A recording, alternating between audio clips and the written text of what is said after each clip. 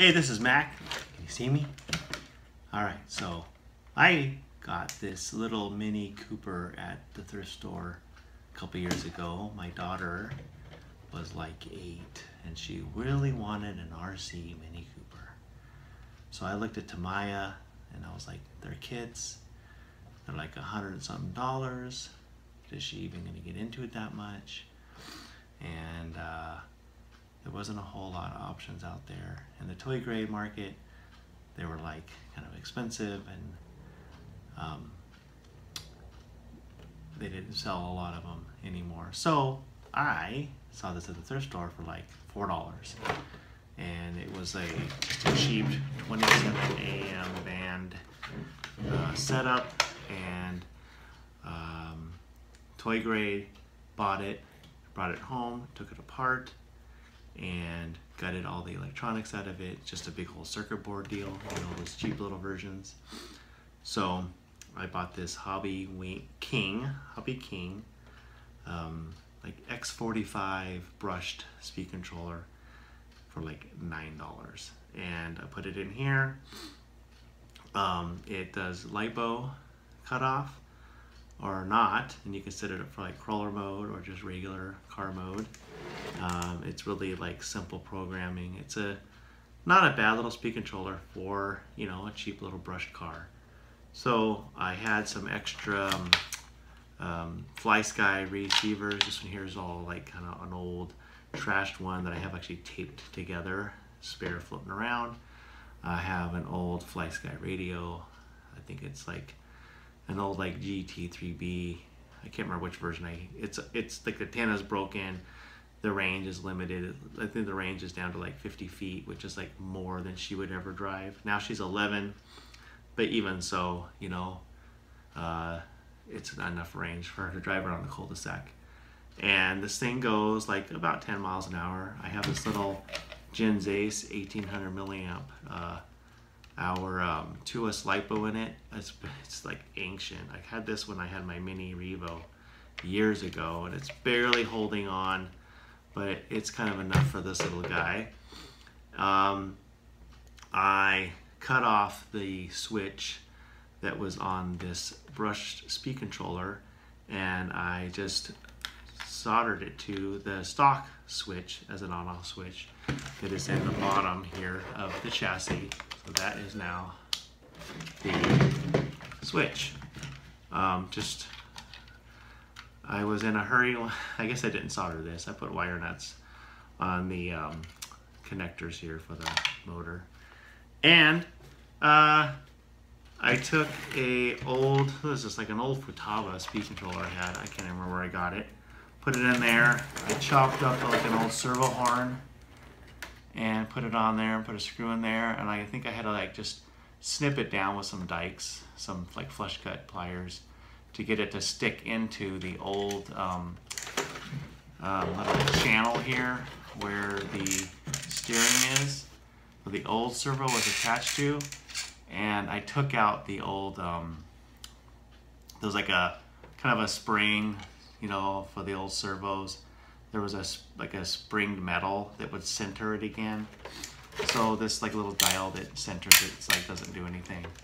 This servo is like just traditional hobby servo. So I basically upgraded all the electronics to hobby grade with some dinking around.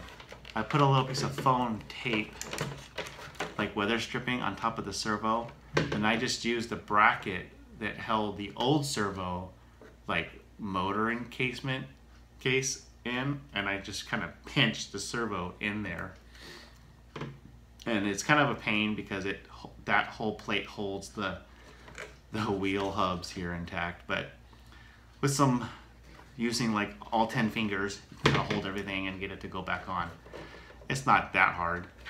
I wire nutted maybe one of these days I'll actually solder this stuff on.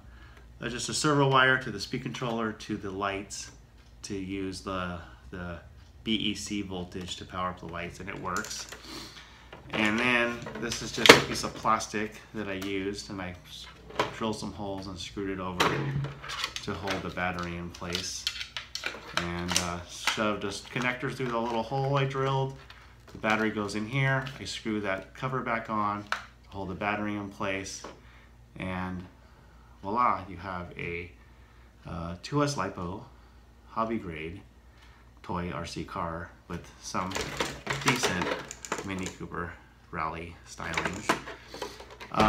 The other thing is the stock wheels and tires, or the tires, or, you know, you can't take them off and change them.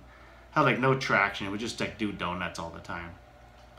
So I had some old RC18 MT tires, and I cut them up and super glued them to the external here of the tires on here.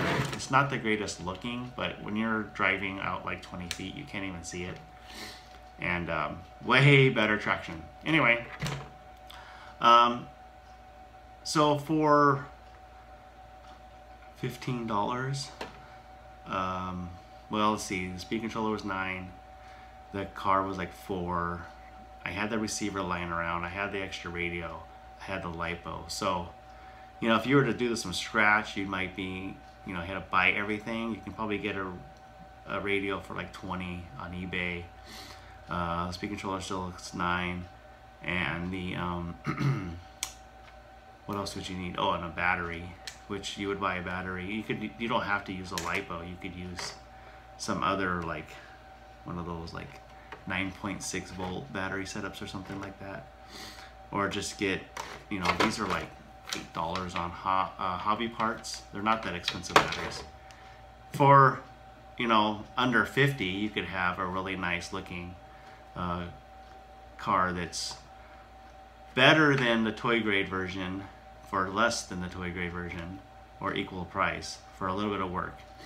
And if it breaks and you don't like it anymore, you can rip all the hobby grade stuff out and throw it in a real hobby grade kit, and then you're up and running in that.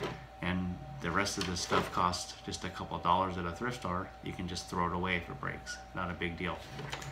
So anyway, that's what I did there.